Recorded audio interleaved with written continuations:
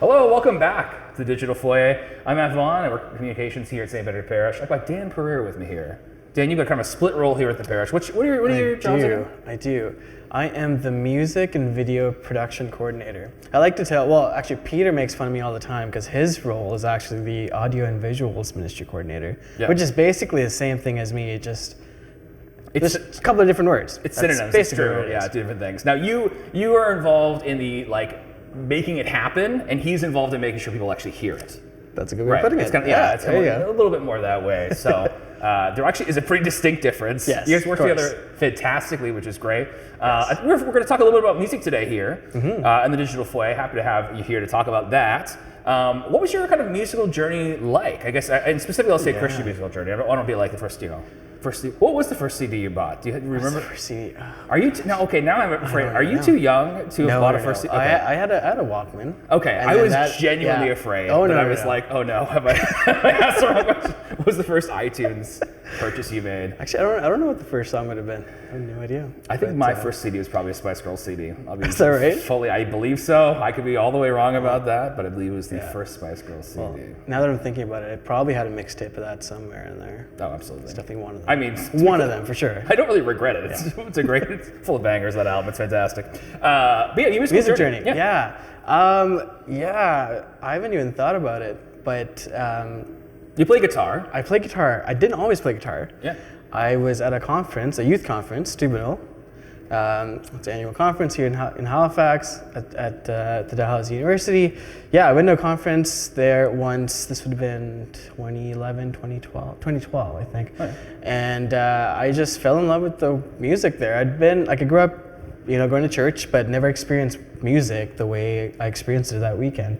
And I was like, wow, this is cool. There's a drummer, there's an electric guitar player, I'd never seen mass done the way it was at the conference. And so I came home that weekend and had never touched a guitar in my life. That's not true. I'd probably touched a guitar before, but never actually played the guitar. So I bugged my dad to get me a guitar, and he went on Kijiji, got me the crappiest guitar he could get, just because, it's great to have a crappy guitar. That's the only thing you can find, and I demanded it right then and there, and so I was like, okay, this could probably work. He didn't know much about guitars, in his defense.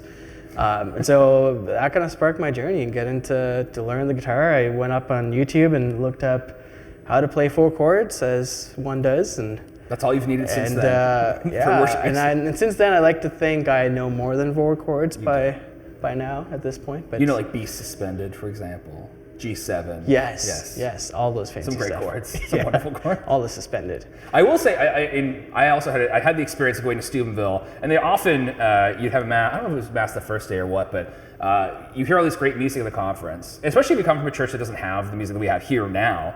It can be kind of a crazy experience to hear great music and then have it for mass, because you're like, mass could sound like that. That's crazy. And that's one of the things that stood out to me. Whatever the expression is. Coming to St. Benedict for the first time for me, which is about 10 years ago now, was like, oh man, this music is often as good or close to as good as those weekends when I go to a conference and there'd be music at the end of Mass. And you're involved with that now. How did you get started at St. Benedict doing music for us? Yeah. Shortly after that conference, I had friends who went to St. Benedict who invited me on a Sunday, and I ended up coming, and I just really enjoyed seeing the music, and it was almost an extension of what, you're absolutely right, it was an extension of what I'd seen at the conference, right? And so to see that, be a part of that, and as I kept coming to Mass, I wanted to get involved. I remember asking the guys up there in the band if I could come play guitar, and eventually they had me up there. And I remember that moment very distinctly, because I was up there for a rehearsal once, and I'm like, I've made it. I've finally made it. I'm among the great. And it was just unreal. I don't know, 15-year-old Ann just coming to Mass and seeing worship the way it was, and wanting to be a part of that. Not because I wanted to be the guy that just played guitar, but I genuinely fell in love with worship and what music was doing in the context of the Mass. Right. And that this real form of prayer. This prayer. Yeah. It really sparked that journey for myself to want to grow in my ability for me to be able to pray for one, but then also to be able to lead other people in prayer through the gift of music. And so It's kind of like It's kind of how it all started. Yeah, and I've seen you do it very well since then, absolutely, because it's been a lot of years since then. You were obviously involved in music, and then you took over, I think, in the last year or so. When Jonathan departed, you and Jonathan good pals. So Yeah, it's good friends. Good easy transition to having you in there and getting involved in It's music. actually my son's godfather. There we go. Yeah, so There's pretty connection. close. And you're kind of running the music ministry now. I think since we started this praise and worship at the 2 morning masses, at 9 o'clock at 11:30 as well. And we have our proclaim nights and everything else. Well, where do you kind of see music going, or kind of what's your dream for music in the parish now? Because you used to think when you're 15, you got here, you arrived. And now I think we're not arrived, but we're at a good place now. Yeah. What's kind of the next destination in your mind? That's a great question. I think, well, first of all, I think we're pretty blessed to have so many different styles of worship and music at our parish. Just looking at the 4 p.m. Saturday, we have our choir, we have our 2 praise and worship morning masses with the praise and worship band, but then also they do Gregorian prayer nights on the contemplative choir. With the contemplative choir on Sunday at the 4 p.m. Just different expressions, different styles of music, but for the same purpose of just to bring people close to God in the liturgy, right? And so when I think of what we have now, and we've had some amazing men like Jonathan just recently really paving the way, investing in so many of our musicians to get them to a place, not just to play an instrument, but to cultivate a heart of worship. And I think as I look forward, I want to build off of that. Like for myself, I want to grow as a musician. I want to grow as a worshiper, a better worshiper, and to see a parish fully alive in worship, right? To be able to come into Mass, and we're already starting to see signs of that. I think when you sit down, if you were to just stay in silence for just a minute and just listen to the people around you, you already start to really feel that sense of people awakening in worship. So to see that grow even more as people fully come to understand what it means for the church to come and worship our God. Yeah. Because it's not just something you just come and watch like a concert, right? It's beyond that. It's who we're worshiping. Yeah. Growing together, being together in prayer. Now you talked about growing a little bit too.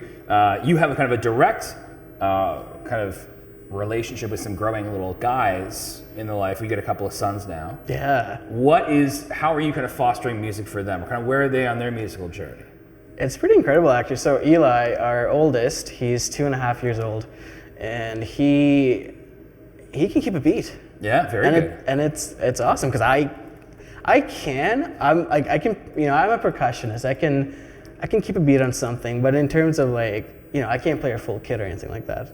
But seeing the guy just jump up and down to a beat, like he'll have a song in the background and just he'll be hitting on something like our coffee table, and it sounds great. Yeah. So the little heart in me just delighted. I'm like, wow, he could be a potential drummer. That's it. Maybe like the father son guitar and drummer combo. That'd be pretty cool. I love it. I fully believe that. Yeah. The littlest guy though, he is starting to make noises, and they're not quite pleasant. So I don't know what's going on with him. Because at the time of recording, how old is he now? He is just over 2 months now. Okay, so he's going to go. Yeah. He'll get there. Absolutely. Anyway, listen, thank you so much for sharing all about what the different growth and everything that's happening here with music at the parish. Looking forward to it, and we're going to keep growing here. And thank you so much for joining us for the Digital Foyer. Have a great week.